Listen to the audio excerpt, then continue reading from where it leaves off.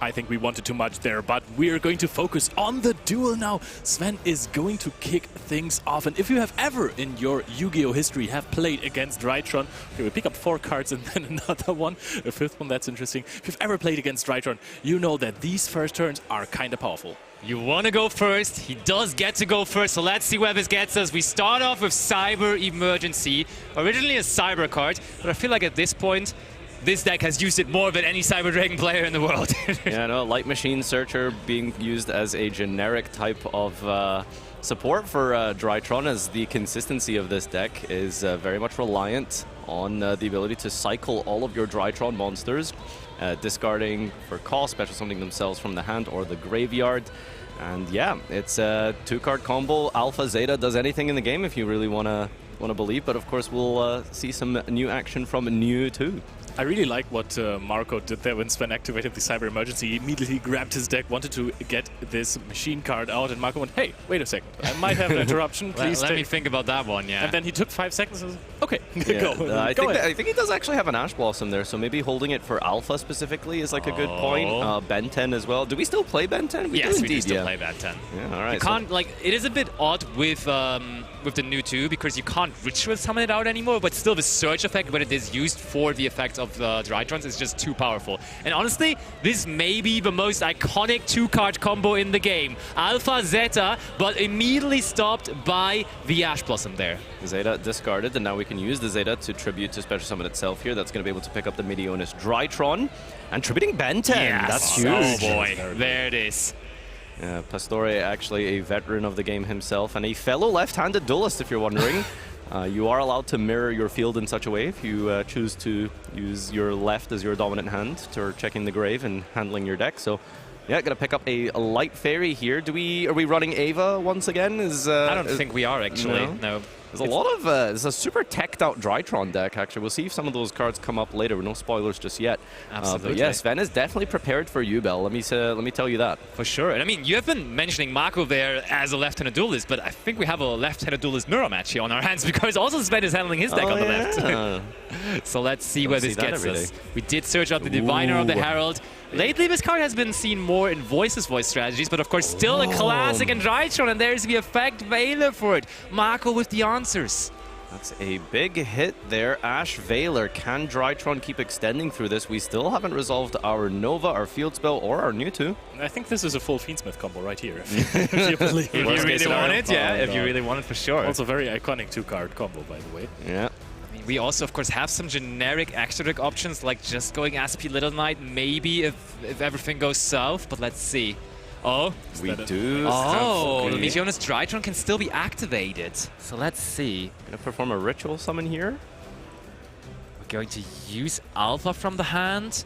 And all right, and we go for Benton. I mean, yeah, if we just don't plan on using the effect of the New 2, then we can just also summon out the Benton, of course. We just have different options, different routes to go with this deck, because you can just play a safe combo as you did before the release of that New 2, just with also summoning out those non-machine ritual monsters. Is this a Link summon here? We're going to go for SP Little Knight and pass? Not strong. That is the power of Ash Veiler. Yep. Another iconic 2-card combo, by the way. Ash Veiler. Maybe into a Samsara D Lotus. That would be a nice little start here. For sure. I mean, there would still be the option to go for SP Little Knight and banish that Samsara D Lotus. Yeah, no, there's still a Masquerade playthrough here, so going to be wary of that. But Yubel, of course, quite filled with a lot of pushing power to be able to fight through a field of just a lonesome Masquerena. For sure. Linking off a Ben 10 can't feel right? You need to tribute it in order to they're get both blue effect. monsters, right? Fair enough. So ritual without the arrows, right? Honorable Link monster at this point, yeah, for sure. But I mean, honestly, if it does get back to Sven, Drytron, of course, a deck that has so much resources every single turn because the Grave is your biggest resource there. Oh, okay, we are activating a field spell, and that is Nightmare Throne. And probably, you could argue this is currently the strongest field spell that we have in the game, in the format. Multiple different effects here, being able to start your plays as a 1-card combo and also being used as an extender in the middle of the combo here, choosing to go for the Dark Beckoning Beast. Honestly, that is indicating that I mean, honestly, yeah, okay. He can't really do anything about the Beckoning Beast searching out the opening.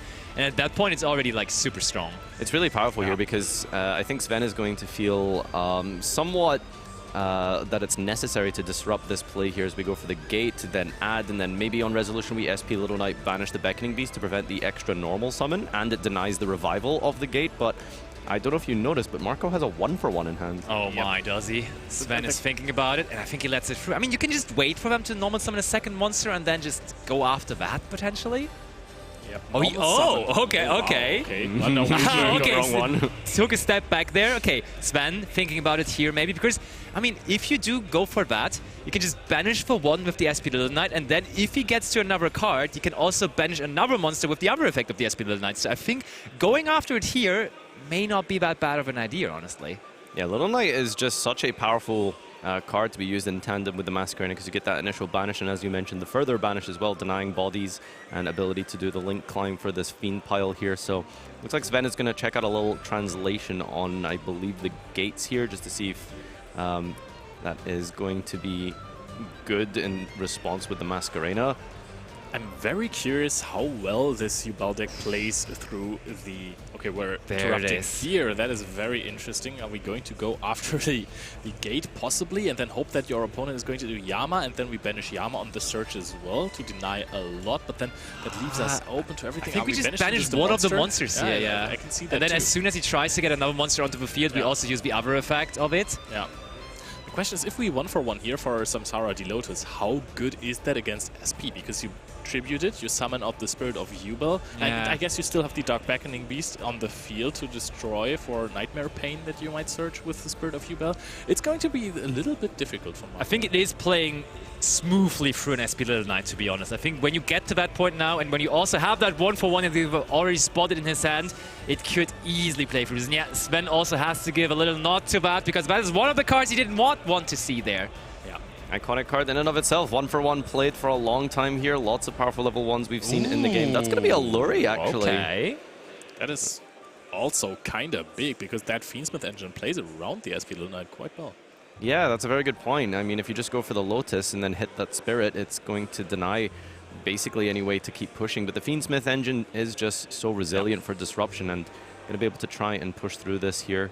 And I like this a lot, because now, I mean, otherwise the Engraver just attacks over SP Little Knight. You don't have to finish this game on this turn because your opponent only has one card in hand.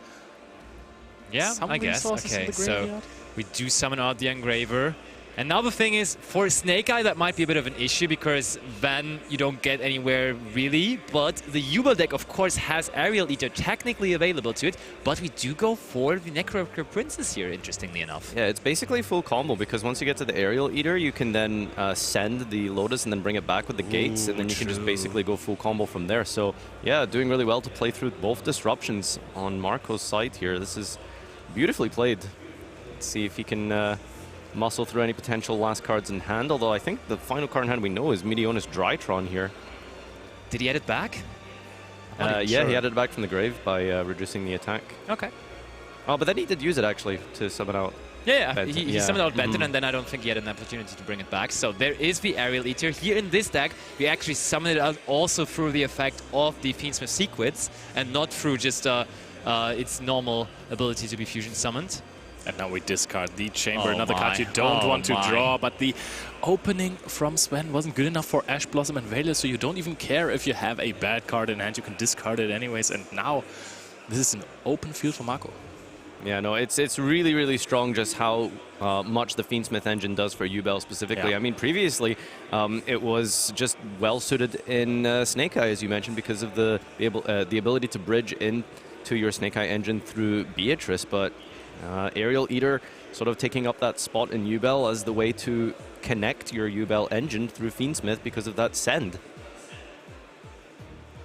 Alright, and a huge combo here with the Throne destroying and then summoning out the hand as well. Yeah, no, this is really, really powerful. So many monsters just in general coming down here. Is that now the fusion summon? Oh no, it's just Yama, alright. Yama gonna find Shervara. Shervara can pop the Yubel. And of course we also, I think we searched out the Squirmer with the Nightmare Pain. We did. Yeah. Did he put the Aerial Eater back into the extra deck to summon Yama? That's what I thought. That's why I was wondering what how it went down. But yeah, I thought so as well. Okay. Shouldn't matter too much. Hopefully our judges will keep a track of that, just to make sure that this Yeah, has it definitely been is there in correctly the extra sequenced. deck. Maybe there's something about Aerial Eater. Maybe we have to double read. No, not really. So we are still continuing with the linking. There is Rage. And even though that Drytron deck has so much follow-up in the graveyard, playing through a Phantom of Jubel and a Rage is going to be very, very, very tough in general. Yeah, I mean, even if we can't close out the game here, because usually Jubel does kind of struggle sometimes into an open field without being able to do all that reflected damage with the Jubel monsters, you're still going to be able to set up quite a powerful follow-up here, regardless if we don't take down with damage. Oh, there's the Aerial Eater. Look, we spotted it. There it is in the graveyard. Good I mean, job, it's boss. better off in the graveyard, to be honest, because is, he can yeah. summon it back. So you want to have it there. For sure. Okay, there's the Shavara now. I love that the reflective damage is still a part of the Jubel deck, because back in the day when Phantom Darkness came out, you actually played the deck like that with some trap cards that forced your opponent into attacking your Jubel monsters.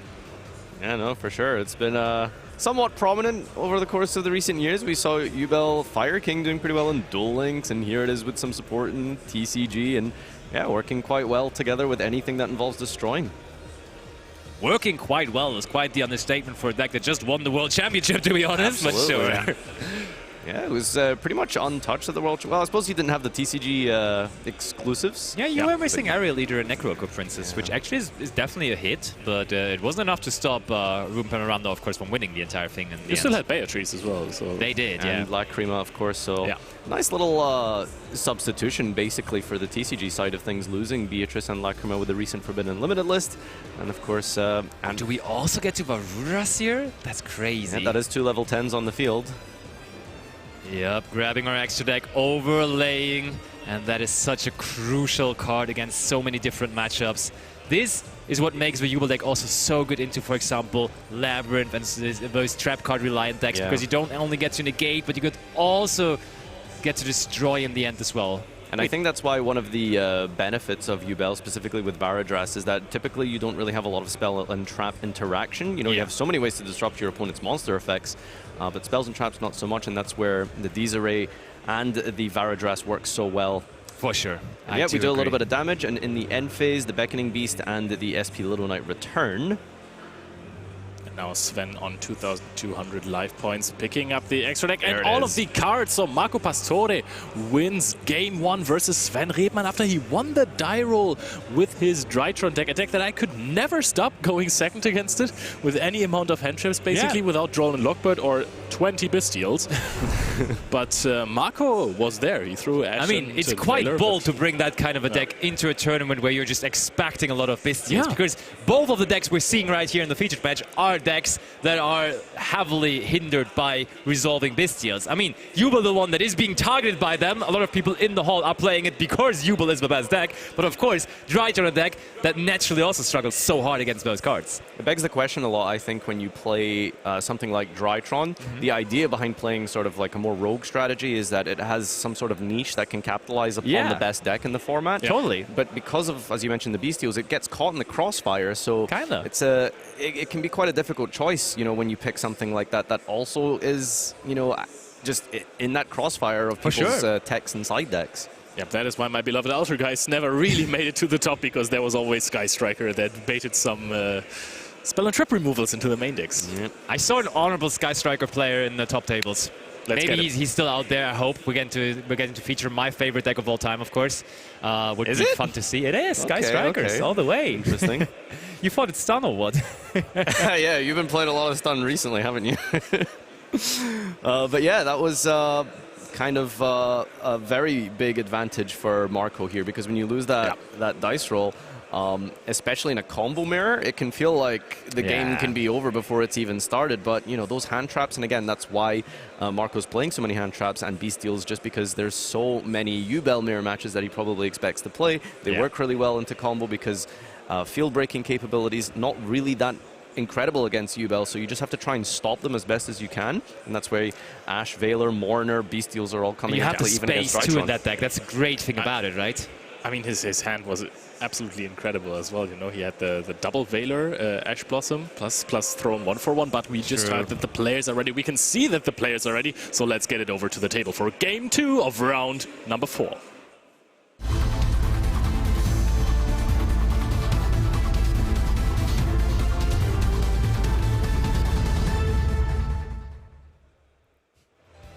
All right, Marco going to have to go second again here, but with a 1-0 advantage. So yeah, Sven is going to... I love this like draw for 5 that he does. he misses drawing for turn in the first turn. Maybe it just feels good or something, you know? You never miss your draw phase if you do like that. It's true. Remembering to activate your runic cards in the draw phase to play around Droll and Lockbirds might be important. True. Not for him, but sure. Droll and Lockbirds still, though, a pretty big problem for him. But this card, Cyber Emergency, same as he did lead in game number 1. Of course, playing into that Droll and Lockbird if it is miraculously there in Marco's hand, but it is not. So Sven already can feel safe about that.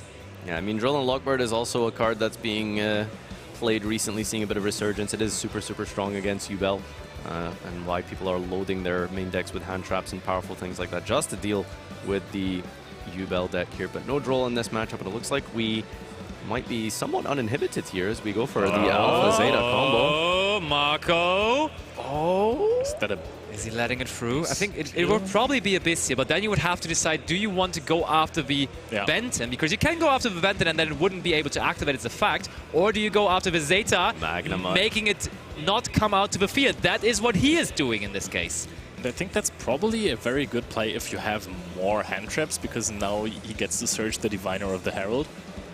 Yeah, that's a good point. So combining Bestials with other hand traps works so well, particularly into Drytron here. And as you mentioned, the activation location doesn't quite get to resolve because it was discarded for the cost there. But there is the new guy in town. Oh wait, no, is it him? Yeah, we are searching out Mewtwo. That is Mewtwo, right? Yeah, and look, he has to read it. Marco immediately picks up the card. You know, there is a new boss monster for the Drytrons, but this one's is new too. Yeah, it is new too. Gotta love it, Leo. You're I'm just on fire on today. the ball. The new one, the new sheriff in town. Of course, preventing him from summoning anything but machine ritual monsters, but there is pretty powerful machine ritual monsters that are also, as you just said, new boss monster in town is of course the Drytron Meteonos Da Draconets. The new version of just the Draconets. Yeah, it's just Mourner as well. Get Mournered. I mean, this is like the only Drytron monster that actually activates on the field. Like, all the others just do it while they are summoning from the graveyard as one effect, but Mewtwo actually activates on the field. And therefore, we are able to hit it with the Mourner here. And your guesses were right. He did have another hand interaction to follow up the Magnamut there. Yeah, working so well together, the Bestials and all of the other different hand traps available in the format. So super strong, especially into Drytron. Still able to keep extending somewhat here because of the bodies provided from these monsters despite their negation. You can go for the Fafnir. Beta Fafnir. Going to be able to send a Drytron from deck to the grave and then be able to maybe cycle something like a Gamma for more bodies. I'm not sure if we can actually perform a ritual summon, right? I mean, we don't have the ritual spell, which is already a pretty big problem. So maybe that was very wise from Marco there to use the Magnamut on the Zeta. Perhaps we can maybe do something with the You can send Diviner. it with Fafnir. You could send it with Fafnir, that's true. Yeah, there would be a way into it. But I think instead, we are going to the already... Yeah, that is the already mentioned new Draconets, the Da Draconets. So it has 5,000 attack. How do you ritual summon this? Because you detach materials equal to the attack points, right? Yeah, so you already have like 4,000 attack points ready from the Mu Beta Fafnir, and then you would need another one, yeah? Yeah, it's quite a heavy cost, isn't it? But a powerful boss monster in its own right. Definitely a huge addition to this deck. And replacing the Herald cards that Drytron so iconically used to run to be able to provide multiple disruptions. And here is the Diviner for the normal summon. Only normal summon required in this deck. And we are going to be sending Herald of the Arclight here. That's going to be able to pick up another Benton. Possibly, but I mean, isn't that also... Can't we search a ritual spell with this too?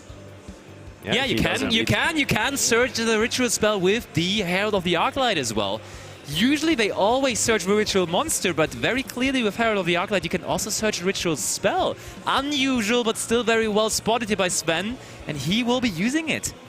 Yeah, there it is. You have to go for that just because it was denied from the Bestial hitting the Zeta there, so we are sacrificing off for the Draconids here. Okay, but that just works apparently? You can probably detach 2 and sacrifice the Oh, Beta Fafnir. does that work? I don't, Okay. apparently. Yeah, true, it does. Yeah, because normally you wouldn't have to tribute the Mubeta Fafnir itself. Yeah, true. So it acts as it A all full ritual together. summon Yeah, for it, that's yeah. really, really cool to see Mubeta Fafnir putting in the work, and we haven't even activated Pot of Prosperity yet. Are you kidding me? That's the funky. one-off, the limited card now, still in the opening hand, and I saw in his side deck there is plenty of options you want to get here. How about an anti-spell fragrance for 2, for free? How about a different dimension ground? How about a dimensional barrier? Or how about Trap Trick being all better than 1? What do you Yeah. think about that? There's so many options, man. Yeah, that's the thing. Prosperity is a great card just because after you've been disrupted, once you play through a couple of disruptions, you can then fish for anything you need. Do you need an extender? Do you need another starter because of all of that disruption? Or are you happy with your combo and then just dig out one of these powerful side deck cards? Yeah, I love that. The trap cards, spectacular. I'll give you 14 look of them. how is he revealing them? Oh. I don't see purple. There is no trap cards. You can go Called by the Grave. That's a pretty strong card. Yeah, there's a couple of good options here. We've got Droplet Callby for disruption, potentially Nova as well if we want to go for more extension. Yeah. Emergency. We actually used emergency. Yeah, we this did turn, already use the emergency. We don't need to control no monsters for Nova, right? Oh, are we? Oh, is he taking emergency? Oh, but There's does no he way. remember that? Look at that on the bottom of the graveyard. You rather don't want to make that mistake there. That could have been a costly one. All right, Svenny boy. Okay. He did remember in time. All of those options honestly aren't that great. Look, we just take the called by. Yeah, it's just going to be called by. Yeah, Callby really good. You know, you can hit the Spirit of Yubel. That's going to shut off a lot of extension because it is not a once per turn.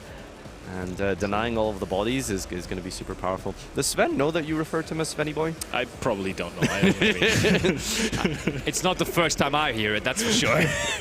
All right, so remind us exactly how this Draconids works. What is the disruption and how is this such a powerful monster in this It's matchup? actually so insane because, first of all, continues a fact saying your other Drytron monsters, which are plenty on the field right now, as you can clearly see, cannot be destroyed by card effects, but also not only once per turn, but twice per turn when your opponent activates a monster effect. You can just banish a Drytron monster and from your graveyard, actually, so that at least works, and then you can negate the effect activation and destroy the card too. Yeah, so the whole theme of the Drytrons is that they're very much kind of like attack-based. Ritual summoning with attack points is not something you really see. It's quite a unique thing about it, and therefore, likewise, the disruption acts in a very similar way. You can see here the Magnemite resolves in the end phase, searching out Druid's Worm, and still in the end phase, we could potentially bring out Druid's Worm just to set up, potentially forcing out the Draconids, but maybe you want to save it for your turn because it is twice per turn, and you would essentially give them 3 disruptions almost. I think we're definitely waiting on that. Either way, you're going to banish Drytrons from the graveyard with this. Yeah, true. It will be successful. The banishing of Drytrons will somehow happen. There's one-off opening of the gates. Spirit Gate. Speaking of one-offs, right? Yeah. On the one hand, we see the Pot of Prosperity. Here we have the opening of the Spirit Gates. Honestly, not the optimal opening now because we cannot search opening with the Dark Beckoning Beast now anymore. But of course, we are playing the Chaos Summoning Beast to kind of make up is he for still that. playing that? I'm pretty sure I saw it in game 1, didn't he? Because usually people don't play that anymore because of the fact that... I thought I saw it in game 1, but there is no, it is not. So that is actually very crucial because he cannot activate the effect of Dark Beckoning Beast here. Yeah, so Impact of the Forbidden Unlimited List. yeah, so because of the limitation, people generally don't need to go for the second name anymore. Oh, but you we just already hard had draw 2 it. Dark Oh. Beckoning Beasts. Easy. Wow. Is that good though? Not ideal, you know, opening 2 portions of that engine. You really want to be seeing like something like a Throne, a Nightmare Pain, and a Spirit of Yubel potentially, but that kind of is checked by the Call by the Grave. So, yeah, I mean, it's really, really... It doesn't look like much, but it is a super powerful boss monster combined with Call by the Grave. Very, very strong. Very, very tough to answer. And Marco right now struggling to find any potential answers in his extra deck, but now apparently he has found one. Is that going to be Yama? Looks like it. Maybe also Phoenix to just go after one of those set cards already. But that would be a huge commitment, wouldn't it be? Or it is just the Yama, fair enough. Oh, Alright. no time wasted on Sven's, and he immediately responds with the Draconids. Yeah, here it comes. We're banishing the Fafnir. Low attack points on the Yama, checked by just a singular banish. We still have one more disruption in the tank here for the DA Draconids. Da Draconid. I like the Da. Da Draconid. All right, Yama is negated and destroyed. We can potentially use the Spirit Gates to discard and bring back another body. There's the Druid's Worm now. You kind of have to respect it, right? You have to negate it. Yeah. Or, yeah, okay. For a second, I thought if they're targeting a Dark Monster in their own graveyard, you could kind of hinder it with Called by the Grave, but of course we're not going to do that as they just targeted a Drytron monster in the opponent's graveyard. It's big value to just get rid of your opponent's Drytron and summon a body in the process, but I think without a doubt, Sven's going to feel inclined to negate this because the Druid's Worm can just be linked off and forces out the Draconids. Oh, look at that. Little did we know, there is the Druid's Worm on the field. That's interesting. Okay, we're going to let the Druid's Worm resolve here, but yeah, you just make Closed Heaven and then trigger the Druid's Worm to force out, no? Sounds good to me. Yeah. I mean, now we can call by that, but actually that trade's somewhat okay with the called by. That might be the best value we get for the called by, because called by is pretty bad into the opening of Spirit Gates because it doesn't target, and therefore that doesn't really work. Oh, Marco, that for a second looked like he would pick up his cards, but no, he's still in this. He just wanted to tidy them up just to tear them apart again. So not a lot really that Marco can do here unless he specifically has a good discard with this Gate, because if you go into the Fiendsmith engine with the Requiem, I think you absolutely want to negate the Requiem special summon. Yeah. But I think, I kind of, it says to me that he has Throne in hand. The last card. Okay. Wait, did he just activate? It looked like he activated the Moon. Oh, what? There's no way, right? No, you can't.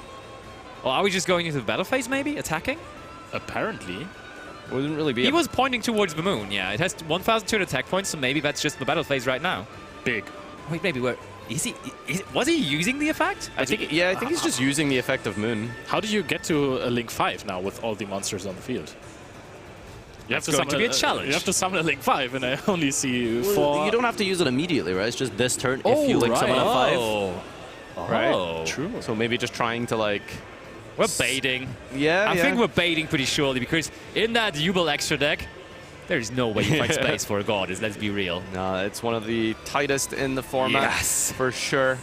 And there is the Link summon using the Light Fiend of the Closed Heaven to go into the Dark Requiem. And yeah, I guess Marco's just deciding, do we commit to the Requiem here? Because you can see in his hand we have a Fiendsmith Engraver. So we could use that and go for a Tract and try to do something from there. And I mean, eventually we will also have to worry about the Yama in the graveyard, because as soon as we destroy something on the field, that Yama is going to trigger in the graveyard. Okay, but this it's good now because it's not on the field when it goes and uses its effect now. Yeah, so because it tributes itself for cost, it's in the graveyard. It doesn't trigger the Yama because you can't destroy something in the grave. That's nice. Let's see, can Marco extend through that, or was that really enough? You should be able to, right? We've got the opening. We have Throne still, so... Do we have Throne still? I think he has Throne in hand, yeah. There it is. That's massive. And this is basically just full combo from here. That's a giant Throne.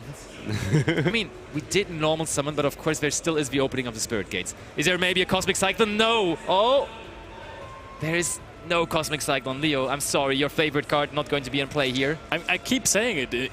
You know how insane this card would have been here? I mean, he is siding it, and I wouldn't be surprised if he also sided it in, but didn't pick it up. Like, all of his powerful going first card. And a droplet on summon.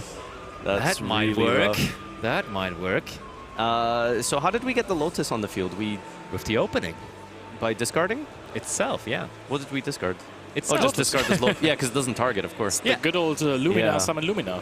Oh, Marco checking the graveyard. Any way to extend from here? Oh. Just imagine a Fiendsmith Tract or something now. Yeah, he's got Engraver in hand. Oh, he does have Engraver in hand? Yeah. Oh, no. He's just trying to figure out like how to That's sequence bad news after. for Sven. Engraver discarded. And Sven is shaking his head. He knows what that means, and Marco is going to execute now. How far does that Engraver get him? Yeah, no, already using, not using any portion of the deck here, although starting with Engraver is a little bit weaker, but still more than enough to get a combo going here as we bring out the Luri, discarded for effect from the hand, special summoning itself from the graveyard. This is looking pretty good for him right now. Blurry on the field. Oh my. That is a good card to have there as your last card in hand. Also, it was so well baited, right? Because he was going for the Requiem, so you would not really expect him to have the Engraver, and therefore you negate the Requiem because it also doesn't trigger the Yama, and then Yeah, you have to Engraver kind comes of negate through. that, otherwise you're at the point where you're probably going to lose. Oh, okay. We're going to put back the Moon to summon out the Engraver now. Now this has already outed the field. Now it doesn't matter what Marco does with this field now. His opponent is in top deck mode because the Diviner can just be attacked over. And there is nothing left. There is nothing in... Oh, he just activated the Draconids. Did he just point to it? Are we having a secret effect here? Maybe that's another one of those cases. I'm not aware of it, but let's see. Maybe we can find it. But it didn't get destroyed. If it is destroyed by an opponent's card effect, you can special summon a ritual monster from your hand or deck, but I don't think it is destroyed. You're right. I think Engraver doesn't do that. Nope. We Card's play too good. around that. Marco knew all along. Card's too good for those shenanigans. Wow. Massive display here by the Jubel Fiendsmith deck. Maybe you see here why this might be the best deck of the format right now, because, I mean, it is also very much paired with a fantastic player here, because Marco is piloting like an all-star, isn't he? Yeah. And he's crashing these yes. Samsara. There's the so Yama. good. It's Yama time. Oh! Yeah. And the Samsara Lotus was negated on summon, meaning it never tried to even activate this effect, and therefore in main phase 2 we are absolutely free to do it then. That is such a cool spot from Marco there. Yeah, Yes. being able to crash the Lotus, triggering the Yama, bringing back the Lotus, and as you mentioned, because we didn't use the on-field effect of Lotus yet, it has to be preemptively used. The droplet has to be preemptively used because it does tribute for cost. It means we can now go for the Spirit of Yubel and play the game. Now we have big full Powerful. combo. Yeah, for sure. Also, honorable mention, we had a 200 damage Lurry kick. Very much, very much. Also, I mean, I was saying when we used the Called by the Grave that might be the best value we can get for the Called by the Grave on the Druid Swarm. But realistically, Called by the Grave on Samsara Lotus is probably the best thing you can do against Jubel decks, right? I feel like negating the Druiswim could have put him in a better spot. Probably. So the issue is that Druiswurm was 2,500 attack, so I think you get rid of all of your follow-up because then you'd have to banish twice from the Draconids, right? Not just one monster from the grave? Why? Yeah, exactly. Because it's 2,500. It negates and destroys. Yeah, you have to two- banish right. Dragon Oh, monsters wow, for the okay, attack yeah. points. You have to make sure that works out. So maybe he was considering his follow-up, which is why he didn't stop the Druiswurm, but yeah, now Marco basically just has to sequence.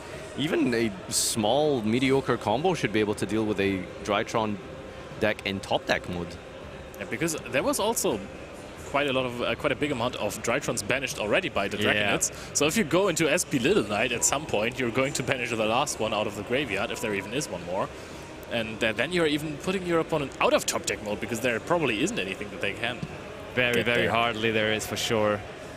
And I mean, Desiree will also probably be summoned to the field eventually. That means there is one more card to stop, even more potential top decks. Phantom, of course, a card that always is going to be there when there is a Jubel end field. So it's looking rough out here for Sven Redman and his Drytron deck.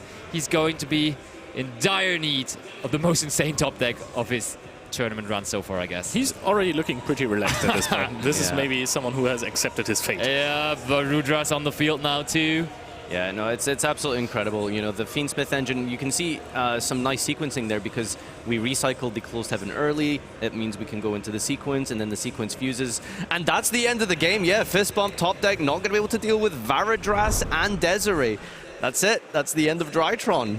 Bum, the Jubel is back. I mean, it's not over yet. So True, Sven he's is X1. 3-1. Still So in it, there is still in it. Marco Pastore is a big opponent to overcome. So that Yeah. is not a shocker that you are losing to a player like that. Yeah, but sure. this was a phenomenal display of Jubel, showing why it is probably the deck to beat at this tournament. Are you a little bit disappointed that Drytron managed to win the dice roll? That's a very advantageous position to be put in, especially in a combo mirror match, you know? I wanted to see more for sure. Yeah. And I mean, I like the idea because we didn't get to see a lot of the things, and I'm not going to spoil it right now because he might still, of course, have a deep run into the tournament, so we're not going to say what his special techniques are, but there is a lot of things going on that you don't usually see, so there's some unique stuff, and I was really happy when I saw the list, and I was like, yeah, we're going to see that, we're maybe going to see that for the first time.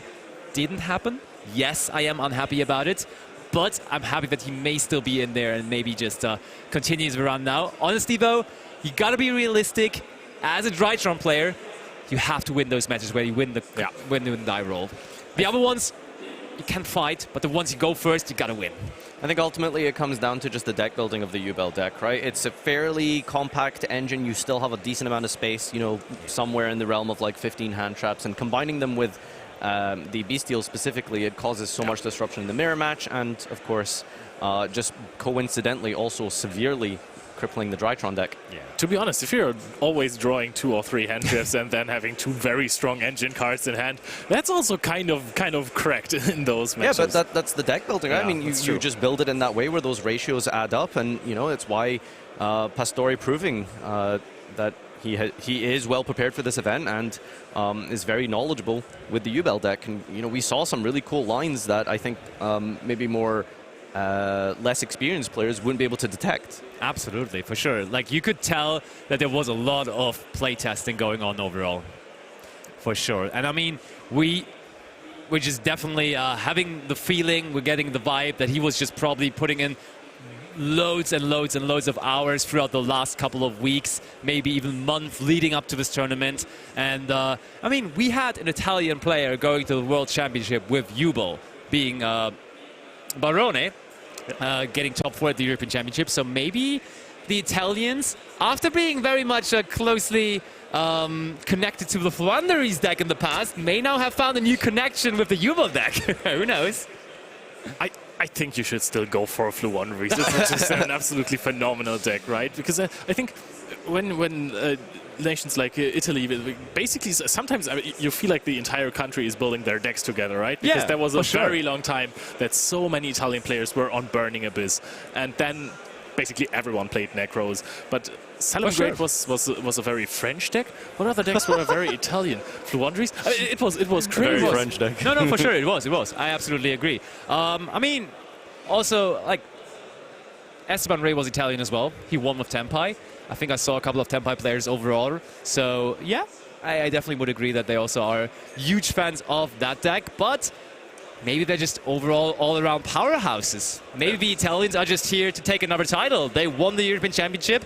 They are now also here to win another YCS, maybe. I mean, it's kind of not a nation thing if you just decide to play the best deck, right?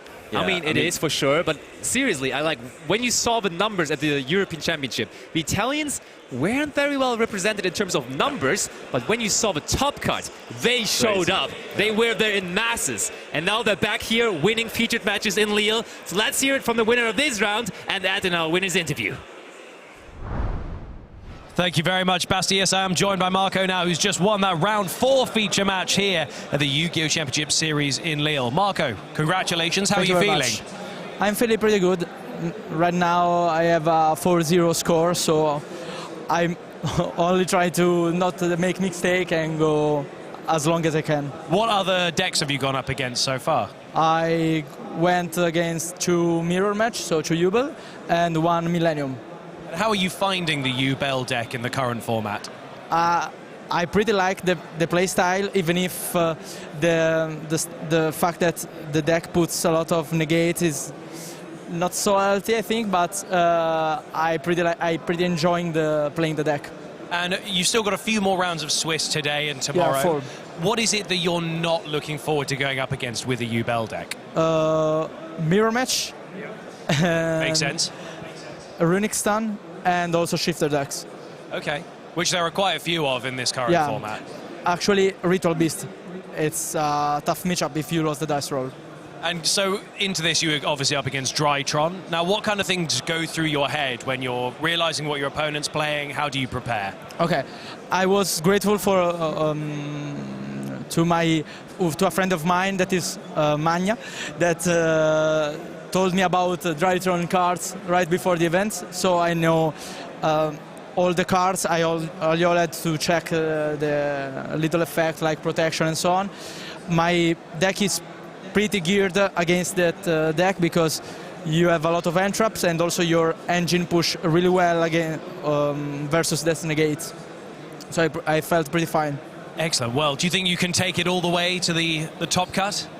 I think I will try my best. That's all we can ask for. Congratulations, Thank Marco. you very much. I'm going to let you go and join Marcello over there so you can put that microphone down. You can go join him Lovely to meet you. Well done. Congratulations. And you guys are going to go and do a little bit of that post-match analysis. So, like we say, this is one of the bits that we're starting to try and do more and more of here, where our duelists get to sit with one of the commentators who's not on the main match. They're sitting backstage and they're watching through that match, making note of any of those really important plays there. And then we have the ability to put some of those replays on the screen, and then we get to talk to those players about it. Oh, in fact, hang on. We need to get one of the microphones. Marcello, they're over here on this chair for some reason. Don't worry, just a little technical moment. Grab one of those, and therefore now everything's going to be fine. And now that our two commentator and player have their microphones, I can now hand you guys over to Marcello and Marco, who are going to go through this round 4 feature match play by play. Hi everyone, and again, congratulations, Marco. Amazing match. Always good to see a really strong Italian player representing. And yeah, you've had some consistency and success in a few years, and yeah, so hopefully this one will be your chance. I hope so. Yeah, but as you mentioned, you had a great start, 4-0, so all half the way for day one at least. Yeah. So we're going to wish you best of luck for the remaining, but thank you very much. I just want to highlight some of the critical decisions throughout this match. Yeah. It seems like you have a bit of experience, and I think especially some of these were not obvious maybe to the average player. Yeah. So I think we can bring up the first clip that I think is interesting, and it is your decision of the 1-for-1, which is obviously the crucial play when everything got stopped. And usually you would see some Sarab D Lotus being brought, but instead you decided to go for Lurry. Yeah. I think it makes a lot of sense, but can you explain maybe what was the line behind it? Yeah. The fact is that my only issue was SP, so I had to force them out, and if I went to the Lotus line, I would have been punished from SP to banish. Absolutely. Or I have to done a link shoe like Yama that would have been banished of SP and would not be so good for me. So instead I choose to do a line that will not get punished by SP. So like Engraver beat, and so it was forced to do SP on my beckoning beast, and it was pretty free, and from that I could go off. Exactly, no, makes a lot of sense, and if this was more of a decision of you comboing off, the next one I want to bring up is the opposite, so it's you stopping your opponent. So let's bring up the clip, which is about game 2, and this decision with the Magnamut. Essentially here you had to choose between hitting the Drytron or hitting the Ben 10, and it can change a bit, so again, if you can try and get us into your mindset, I guess. Against this combo decks that has a lot of pushes, you kind of have to put them on F the extender. Okay. So if I would let resolve the Zeta, it would and banish like Ben 10 to get them out of the search. It would have been the ritual spell anyway with a level 1. So I would be punished, but by only my decision and not by his hand, because with this decision, if it would have not been other pushes, he would have not played.